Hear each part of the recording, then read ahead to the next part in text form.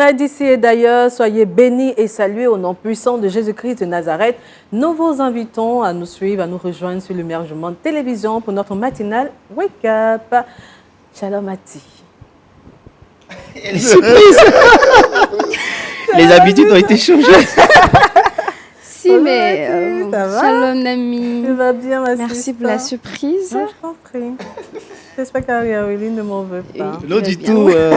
Moi, je t'en veux plutôt. Et je sais pas, après, je suppose qu'il y a. Alors, tu m'en veux? Oui, je t'en veux parce que j'ai l'impression qu'après, il y a une journée golf. Avec la tenue, tu vois, tu as une séance de golf, c'est ça? Oui, une séance de golf. Mais tu feras la séance sans nous, c'est pas bien? Non, pourquoi pas? Tu aurais pu nous en parler là comme ça? Tu te changes, d'accord, tu me rétis, c'est bout à gueule. Mais il faut que je sois en Lacoste comme toi. Hein. Il n'y a pas de souci. Bonjour. Bonjour, Oui, je vais très bien. bien. Oui, ça va bien. D'accord, c'est super. Titi, ça va, tu vas bien? Une deuxième fois? Ça va très bien. Bien, merci, tu vas bien. Ce matin, nous recevons à la place de l'invité du Wake Up, le pasteur Steffi Waldman. Shalom, pasteur. Dans le micro. Oui, je suis là.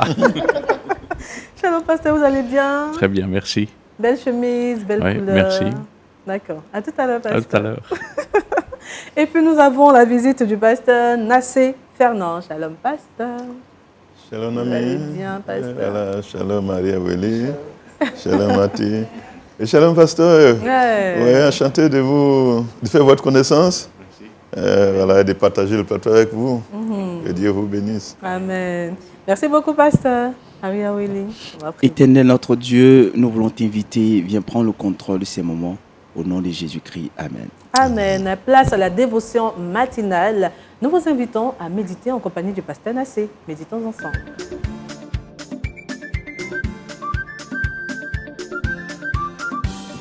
Pasteur, le brisement est un niveau de formation. Le brisement est un niveau de formation. Il y a plusieurs niveaux de formation que nous avons dans la Bible et dans la vie.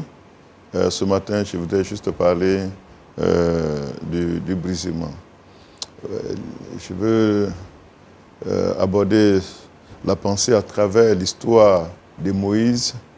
Moïse, comme nous le savons tous, et pour ceux qui lisent la Bible, vous savez que Moïse, à son enfance, à sa naissance plutôt, a été recueilli par Pharaon, la fille de Pharaon, qui, pour l'élever, l'a remise à sa propre mère. Celle-ci l'a élevé. Et puis la Bible dit quand il est devenu grand, elle l'a rendu à la fille de Pharaon et fut pour elle comme un fils. Nous trouvons le texte dans Exode 2, à partir du verset 8 au verset 10. C'est l'histoire. Moïse, donc, à sa naissance, a été élevé dans la famille, dans la cellule familiale, par sa propre mère et son propre père. Et là, ils lui ont prodigué les enseignements utiles, comme c'est un peuple théocratique. Ils lui ont prodigué des enseignements sur Dieu lui-même, sur leur famille, sur leur culture, sur leurs coutumes. Il a appris certains niveaux de formation. Comme nous tous aussi, nous sommes tous nés dans une famille où nous avons grandi. À un certain moment, nous avons appris de la culture, de la coutume et tout ça. Et voilà, nous avons grandi. Moïse est devenu grand. Sa mère l'a remis à la fille de Pharaon et la Bible dit qu'il fut pour elle comme un fils. Et là, elle va l'élever dans cette noblesse. Le Pharaon, en son temps, c'était toute messe. Il semble qu'il n'avait pas d'enfant avec sa femme. Et donc Moïse était élevé pour devenir Pharaon. Donc il va grandir dans la royauté, dans la dignité et dans la gloire. C'est un autre niveau de formation qu'on peut appeler la formation sociale. Et nous tous aussi, nous avons vécu cette formation. Après la famille, nous sommes allés à l'école et nous sommes entrés dans la vie où nous avons été formés et façonnés. Et là, nous avons accepté le Seigneur pour beaucoup.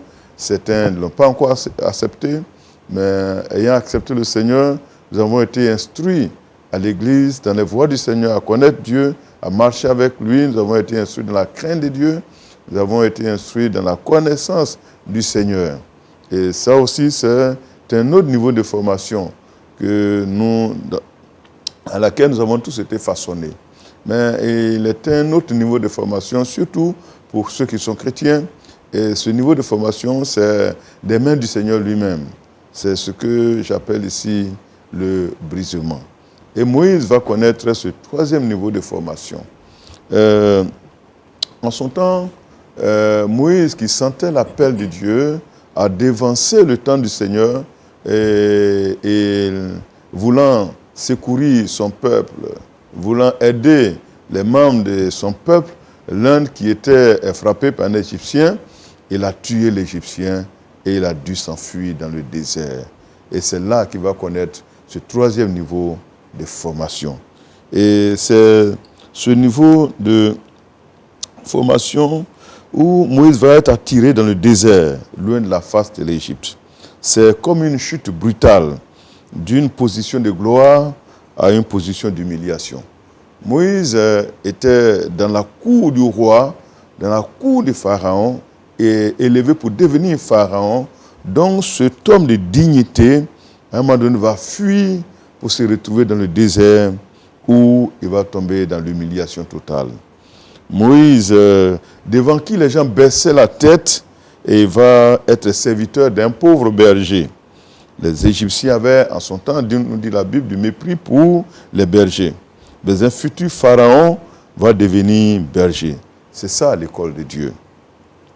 Et l'école de Dieu, c'est l'école de l'épreuve, l'école de l'endurance, l'école de la souffrance. C'est comme un changement brutal qui peut intervenir dans la vie ou la situation d'un bien-aimé frère et d'une sœur. C'est ça que nous appelons le brisement. C'est là que l'on apprend à supporter les coups.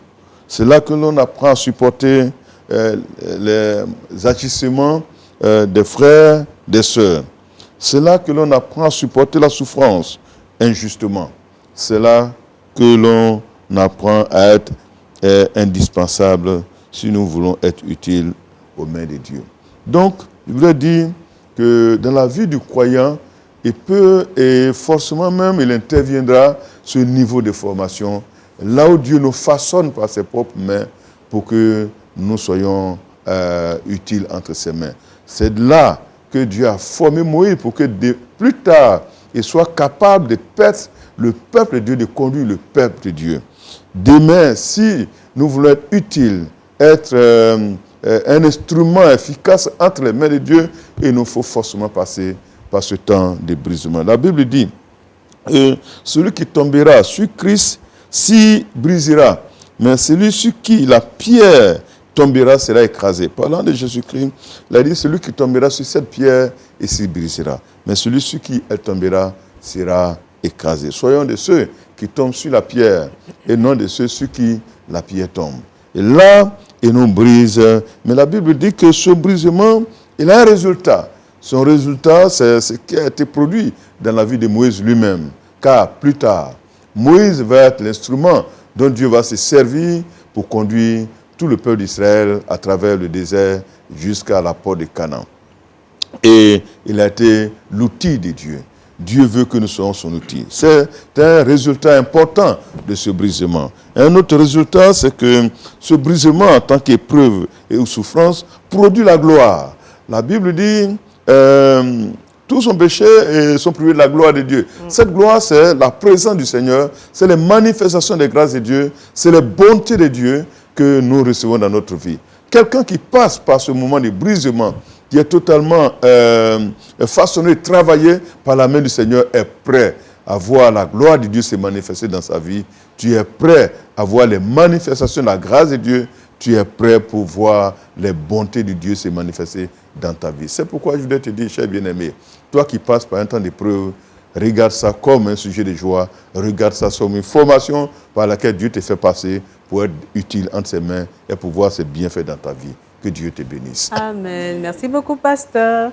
Prenons la réaction du pasteur Stéphie. Avec le micro. Le brisement est très important.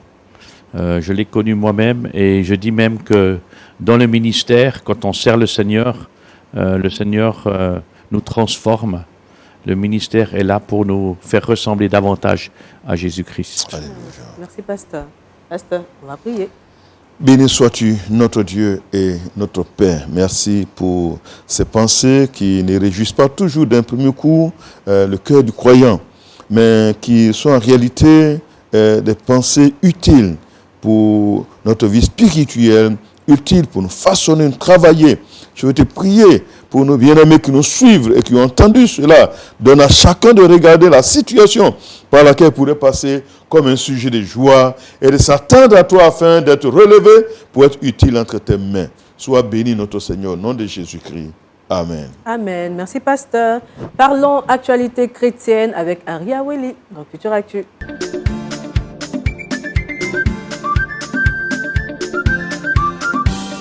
Aria Welly, ce matin, tu nous parles du joueur brésilien Dani Alves. Nous allons braquer nos projecteurs sur Dani Alves, ce footballeur brésilien, comme je l'ai dit, qui a récemment confirmé sa conversion au christianisme, cette fois-ci en devenant prédicateur de l'Évangile. Il faut dire que ce dernier a déjà passé 1 an en prison, oui, parce qu'il avait été condamné sinon qu'il a été reconnu coupable de viol sur une jeune dame de 23 ans.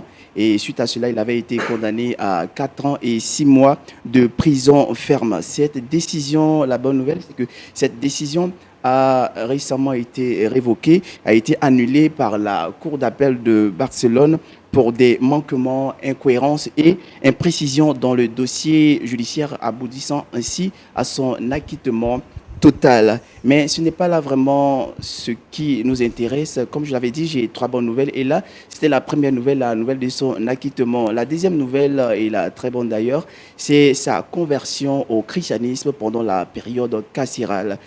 Cette période carcérale, pour en venir à ce que disait le pasteur, je pense que ça a été une période de brisement pour lui. Et le Seigneur est passé par cette période pour vraiment changer son cœur. Et Dieu merci, il a répondu à l'appel, sinon à l'aide que lui proposait le Seigneur en lui donnant sa vie. Et comme je l'ai dit, ce n'est pas encore là à ça que je voudrais qu'on en vienne. Mais là où je veux qu'on en vienne et qui va constituer la 3e bonne nouvelle, c'est que ce dernier n'a pas décidé, sinon n'a pas accepté de s'arrêter là. Il a plutôt décidé d'aller plus loin dans sa marche chrétienne en devenant cette fois-ci prédicateur de l'Évangile. Ça, comme un commando, une personne beaucoup plus engagée dans la marche avec le Seigneur Jésus-Christ. Et à cet effet, il a même participé le 12 mai dernier au grand rassemblement des chrétiens évangéliques de Madrid. Et c'était au stade Metropolitano en Espagne, témoignant ainsi devant 35 000 personnes. Et donc là, je vais juste vous montrer une petite séquence vidéo montrant la vie d'avant et celle de maintenant de notre ancien footballeur devenu prédicateur de l'Évangile.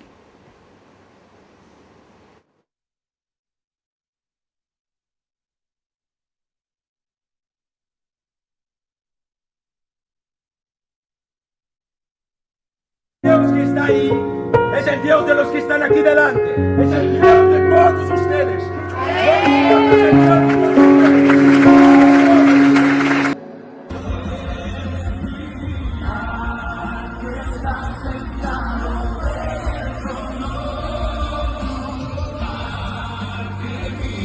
Je vais rapidement revenir sur son témoignage.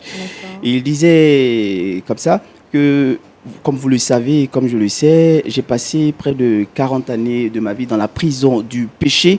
Et vous savez quoi, le Seigneur est venu me trouver dans cette prison et il a brisé les chaînes de la prison. Et il va continuer, il va renchérir pour dire, je ne sais pas par quelle situation vous passez et dans quel type de prison vous vous trouvez en ce moment, mais je suis venu, je suis là pour vous dire que le Seigneur est venu pour vous aider à sortir de cette prison et vous accorder le sourire. Amen. Très beau témoignage, c'est vraiment touchant, passer du football à la prison, de la prison à la vie de prédicateur. Franchement, il n'y a pas plus beau parcours que cela.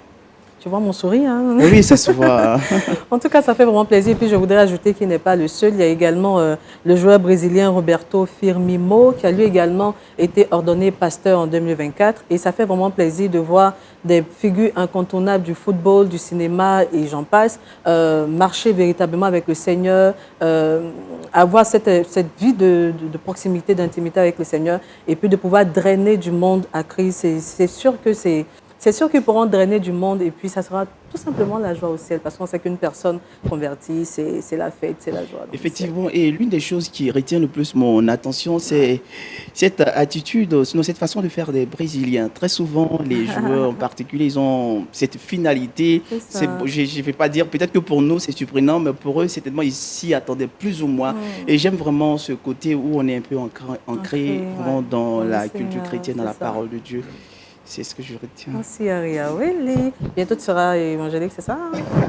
Si bien sûr. D'accord, merci. Alors, moi, j'apprécie beaucoup la nouvelle. Je le connaissais tantôt en tant que latéral droit, milieu défensif, dans les clubs, vraiment. Et c'est quelqu'un que C'est la fanatique de foot. je l'ai suivi. Connais.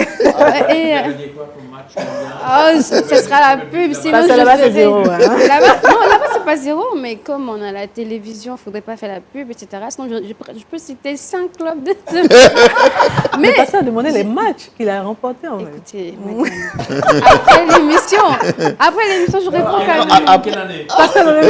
D'accord. La dernière, je vais le faire. Hors antenne. Juste après l'émission, pour dire que je le suivais. Et pour moi, c'est un bon témoignage. Ouais. Et surtout, de voir sa corpulence actuelle. Parce qu'avant, on était dans le monde, c'était pas... Aujourd'hui, j'ai vu sa vidéo, j'ai été vraiment touchée. Avant même d'ouvrir la bouche de témoigner, j'ai vu quelqu'un aussi qui était converti soi-même aussi au niveau vestimentaire et tout. Son look a changé, parce que c'était pas vraiment le même level de look actuel et ce qui était avant. Et après, quand il ouvre la bouche, quand il raconte son histoire, que Jésus l'a libéré en prison, ça donne tout de suite vraiment de la crédibilité, parce que quand on connaît son histoire d'avant, et comparé à aujourd'hui, à celle d'aujourd'hui, on peut voir qu'il y a une différence. Ouais. Et cette différence, c'est Jésus. Amen. Et moi, je pense que, comme Marie l'a dit dans sa détention, ça l'a beaucoup aidé. Le Seigneur, vraiment, s'est révélé à lui. Et je ne dirais pas que peut-être c'est juridiquement que son procès a été arrêté ou ça a été annulé. Mais je pense que, enfin, sa condamnation, mais peut-être aussi c'est la main de Dieu. On ne sait jamais. On en a vu des témoignages où des personnes qui devaient être condamnées à plusieurs années, ont vu la main de Dieu intervenir et leur séjour a été écourté. Et moi, je pense que c'est vraiment bien pour dire que le Seigneur touche tous les domaines d'activité.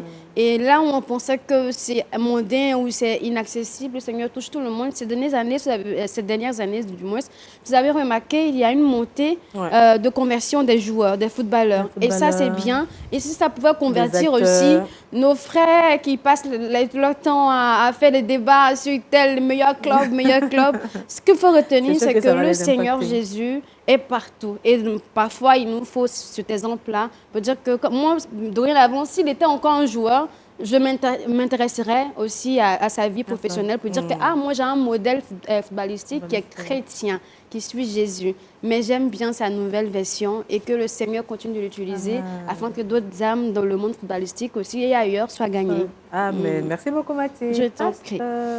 Un très beau témoignage.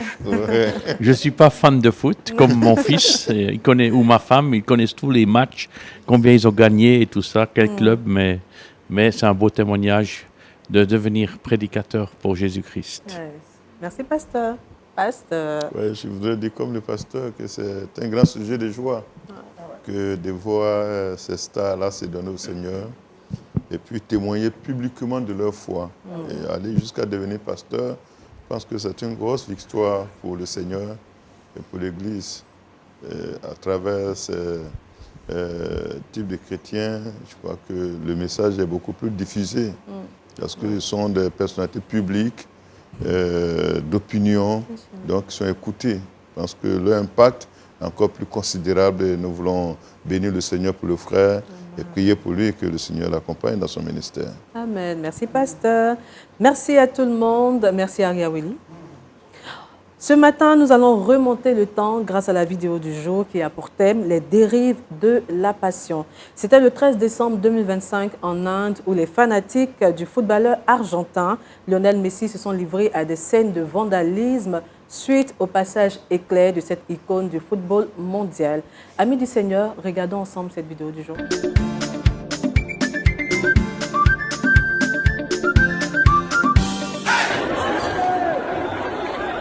Ils sont en colère. Et pour se venger, ils vandalisent leur propre stade. Ce 13 décembre 2025, à Calcutta, en Inde, le Salt Lake Stadium devient un champ de ruines. Des sièges arrachés, des barrières renversées, des cris qui résonnent comme des coups de tonnerre. Le stade est en furie. Ils avaient tout donné. Jusqu'à 120 € le billet. Des heures d'attente. Des jours d'espoir. Pour voir Lionel Messi fouler leur terre, saluer ses fans, honorer leur ferveur. Mais ce qu'ils ont eu, c'est une apparition fantôme. Un tour de terrain, un sourire. Et puis, plus rien. Messi s'éclipse et la foule explose. Les tribunes deviennent des zones de guerre. Des supporters déchaînés jettent les chaises comme des projectiles. Certains escaladent les clôtures, d'autres brisent les installations. Le stade se retourne contre lui-même. Des maillots sont brûlés, des posters déchirés. Des slogans hurlés dans une cacophonie de rage. Les forces de l'ordre sont débordées. Les organisateurs, invisibles. Et Messi, déjà loin, protégé et silencieux. Ce qui devait être un hommage est devenu une humiliation. Un rêve transformé en cauchemar collectif. Car parfois, l'amour du football devient une arme. Et quand l'idole ne répond pas à l'appel, le peuple ne pardonne pas. C'est une vidéo qui interpelle. Admirer une personnalité ou une star du football comme Lionel Messi est une chose, mais lorsque cette admiration, ou je dirais même cette passion nous conduit à des actes regrettables, nous sommes contre, nous ne sommes pas d'accord avec toutes ces personnes qui le font. Et je pense qu'il est temps que nous changions de mentalité. Et au regard de cette vidéo, nous devons comprendre que la passion devrait plutôt nous rassembler, créer de la joie, mais pas conduire à des actes regrettables. Nous sommes contre ce type d'actes et voilà, c'est mon avis. Exactement, pour te rejoindre. Moi, je suis surprise parce que généralement, c'est plutôt quand une équipe perd. Voilà, quand on rencontre ce genre de problème. Mais là, c'est pas une équipe, deux équipes vraiment qui sont voilà, rivales, qui pèdent, voilà, mais qui s'affrontent. Mais c'est plutôt un joueur voilà, de renommée qui est venu juste pour faire une petite apparition et ça a créé tout ce problème. Et je pense que c'est pas nouveau. Est-ce que c'est pas la somme du ticket qui a poussé Justement, moi je me dis que quelque part, payer une somme par exemple, pour aller voir une prestation et se voir en train de saluer peut-être, ou peut-être être proche de la star en question, de la personne en question. Malheureusement, on voit que c'est juste une figuration. Et là aussi, il y a la colère, mais je pense que même si on est en colère, il faudrait se plaindre. Pourquoi aux organisateurs, voilà, boycotter ailleurs, mais pas dans le stade. Parce que prochainement, c'est nous encore qui venons regarder les matchs. Et après, les billets aussi peuvent encore augmenter. Et moi, je pense que ça, c'est un peu de l'incivisme aussi. Hein, donc, Effectivement, c'est sur ça que moi j'allais rebondir. C'est vraiment de l'incivisme pour moi. Les biens publics, et c'est indéniable, on ne doit pas les détruire. Les biens publics profitent à tout le monde. Ce n'est pas la propriété de quelqu'un. Donc, étant donné que c'est sous la couverture de l'État, la propriété de l'État, étant donné ce fait-là, on doit vraiment prendre soin des biens publics et ne pas vraiment les détruire. L'une des choses que ça révèle, c'est vrai qu'il n'y a que le côté patient, amoureux de football. On aime tous le football. Ça, je ne peux pas manquer de le dire. On sait combien de fois ça nous fait de bien. Et aujourd'hui, même certains parents envisagent de mettre leurs enfants dans le football pour que ces derniers deviennent des futurs Messi, des futurs Neymar, ainsi de suite. Mais l'une des choses que ça révèle tout de suite et ça saute aux yeux, c'est l'idolâtrie. Peut-être qu'eux, ils ne s'en rendent pas compte. Mais c'est l'idolâtrie qui peut pousser à ce niveau, à ce degré-là. On peut aimer idéaliser une personne, mais à ce niveau, je pense qu'on a atteint le niveau de l'idolâtrie. Et la Bible, on sait très bien ce que la Bible dit à ce niveau. La Bible est intransigeante là-dessus. Il ne faut pas vraiment idéaliser une personne à ce point. Nous devons briser, sinon nous séparer des idoles du cœur. Et ça révèle un mal. Et ces personnes, je pense, ont besoin du Seigneur Jésus-Christ, tout comme toute autre personne qui idéaliserait un monument qui idéaliserait une personne publique à ce point. Il faut vraiment rester sobre et focaliser sur le Seigneur. C'est vraiment ce que moi je pense. Amen. Aria Willy. Pasteur. Ah ben, j'abonde dans ce sens. Hein. J'allais dire, c'est l'idolâtrie. Il n'y a pas de mots. C'est... D'accord. Pasteur, réaction. Oui, en plus, l'idolâtrie, enfin, je voudrais juste lire un texte de Timothée, qui dit « Fuis les passions de la jeunesse et recherche la justice, la foi, la charité, la paix avec ceux qui invoquent le Seigneur d'un cœur pur. » Je pense que c'est la passion excessive qu'ils ont manifestée, mais le Seigneur, aux chrétiens et au-delà des chrétiens, à ceux qui nous écoutent, la Bible recommande de fuir les passions de la jeunesse. On peut aimer, mais pas à ce point-là. Voilà. À ce point, on a abouti au stade de l'idolâtrie, tout simplement. Voilà. Merci beaucoup, pasteur. Merci à tout le monde. C'est l'heure de recevoir le pasteur Stéphane Waldman dans la rubrique À l'affiche.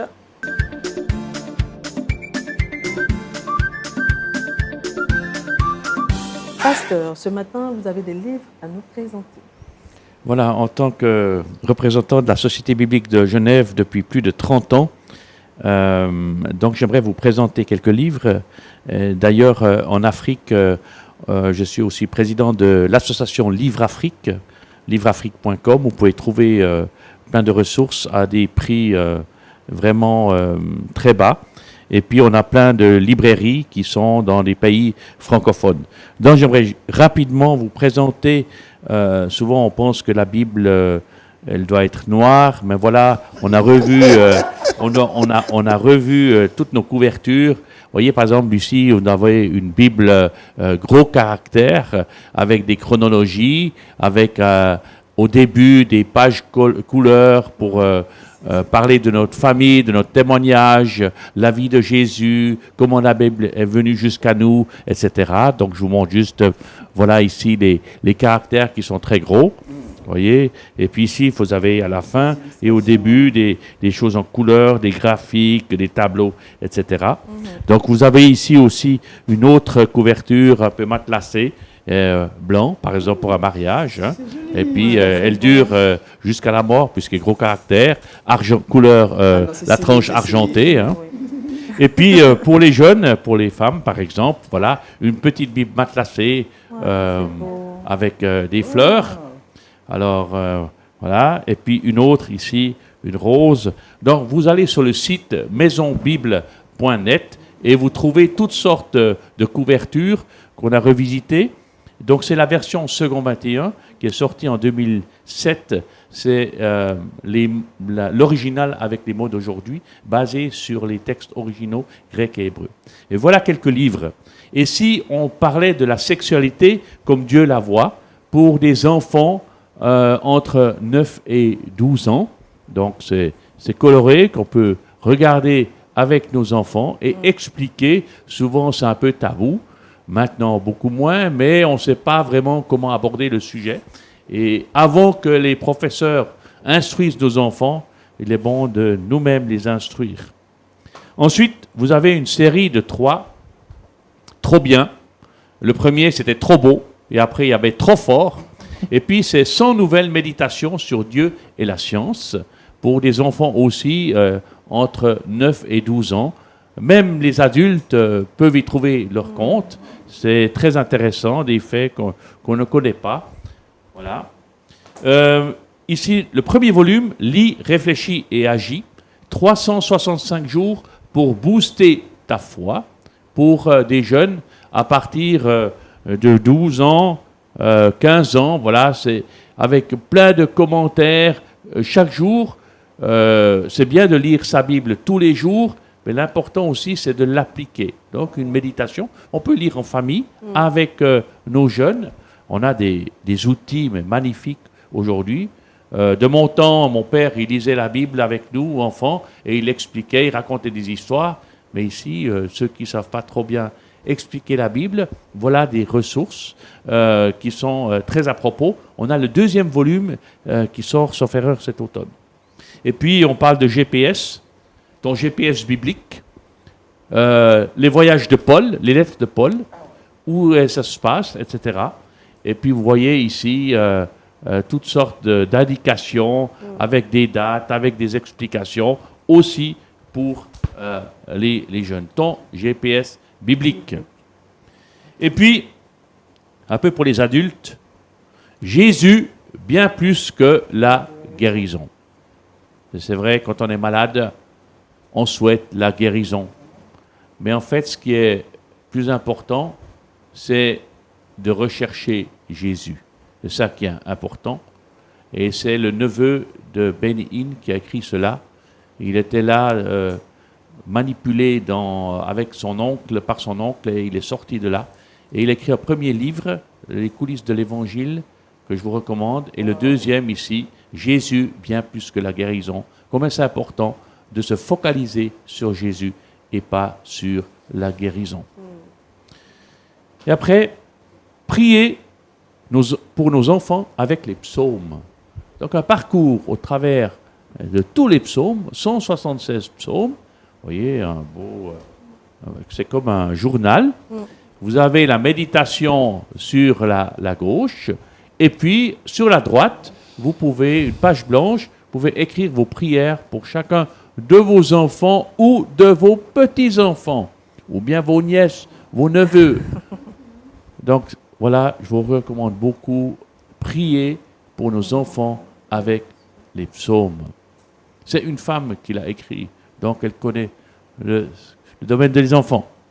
Et puis pour terminer, eh bien, vivre en Christ sans méditation pour grandir, vous voyez, la tranche, comment on fait, un verre, voilà. Vivre en Christ, le verre, c'est la croissance. Eh bien, comment on peut grandir en Christ? Il y a plein de méditations qui nous encouragent à grandir dans la parole, dans la connaissance de notre Seigneur. En Christ, une expression qui revient sans cesse dans les écrits de Paul.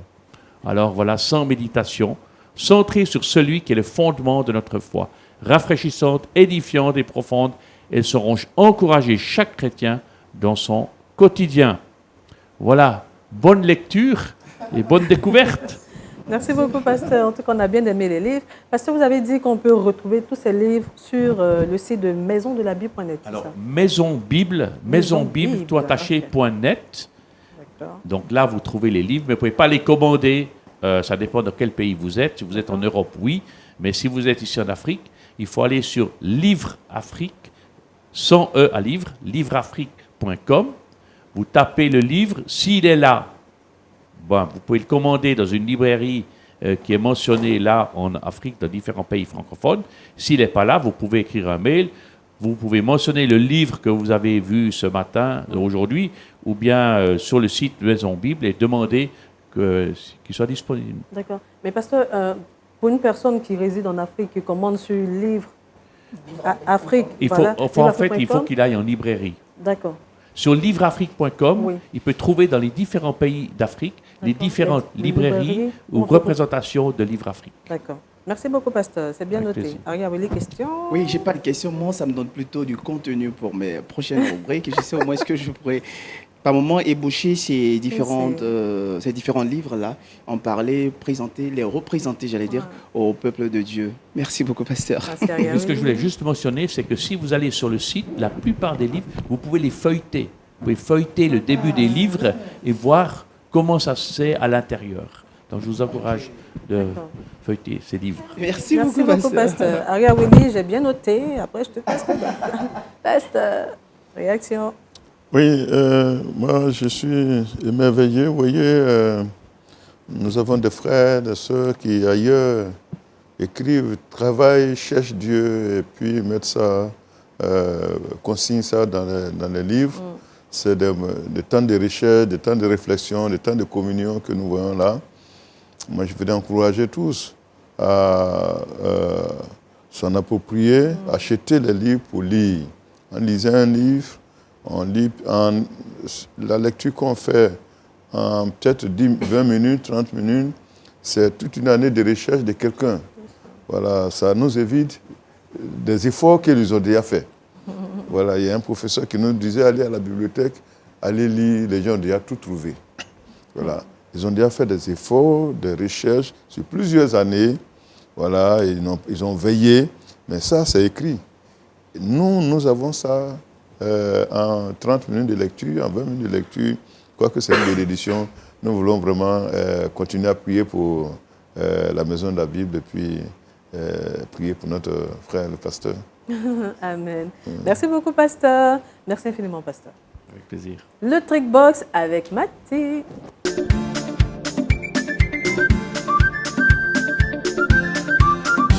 L'astuce pour réparer un zip de fermeture cassé. Exactement. Ce D'accord. matin, j'ai envie de dire à un wécopienne et à une wécopienne d'aller voir dans son placard et de regarder à tous ces sacs qui ont perdu la zip, un sac de voyage, un sac à main, peu importe le type de sac que vous avez. C'est que souvent, on est confronté à ce problème. Il y a la languette du zip qui se casse. Et à défaut d'aller voir un professionnel pour le réparer, souvent, on préfère mettre le sac au placard et puis c'est bon. Mais ce matin, je peux vous donner une astuce. Par exemple, si vous partez en voyage, que vous avez fait votre sac et malheureusement, en fermant, le sac a perdu le zip. Donc, la languette du zip est cassée.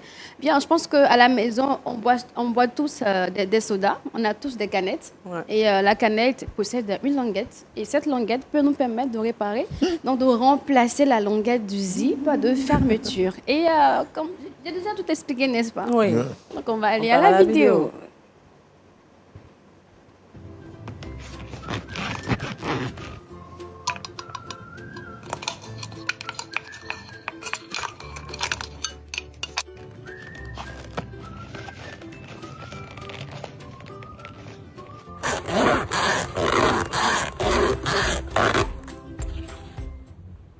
Je pense qu'on a un sac qui nous fatigue.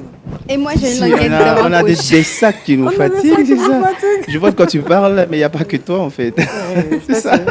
Une Merci, ma astuce fille. assez simple. Très simple, Et les dames, s'il vous plaît, ne cassez plus vos ongles. Parce que souvent, on veut tellement pousser Oui, la tout à fermeture fait, avec oui. nos ongles quand on s'abîme la pédicure et tout. Et la manicure, c'est pas vraiment acceptable. Donc, aujourd'hui, on a l'astuce. J'invite tout le monde. On a tous des canettes à la maison. Essayez et puis ça marche. De toute façon, personne ne sait. Hein? Personne ne sait que c'est ça. Personne ne saura. On pourra peut-être mettre la peinture. Ça dépend. On peut rendre colorer un peu comme tous les livres qui sont esthétique. colorés. Pasteur Sophie. Ouais, c'est une très bonne astuce. Hein. Oui. C'est super. Mais moi, souvent, le problème, c'est le zip qui est cassé, pas la languette. Mais voilà. Ouais, c'est là-bas souvent il y a des problèmes. Pasteur. Oui, je pense que merci à Mati. Parce qu'il y a des sacs que j'ai garés, simplement parce que c'est fatigant d'utiliser la main envoyée comme ça. Bon. Donc, merci beaucoup. Je pense qu'on Je va pense qu'il y a les des, refaire il y a sortir. des sacs qu'on va ressusciter. C'est ça, je suis d'accord, pasteur. Merci beaucoup, Mathieu. Terminons cette émission avec Aria Willy pour Le Saviez-vous.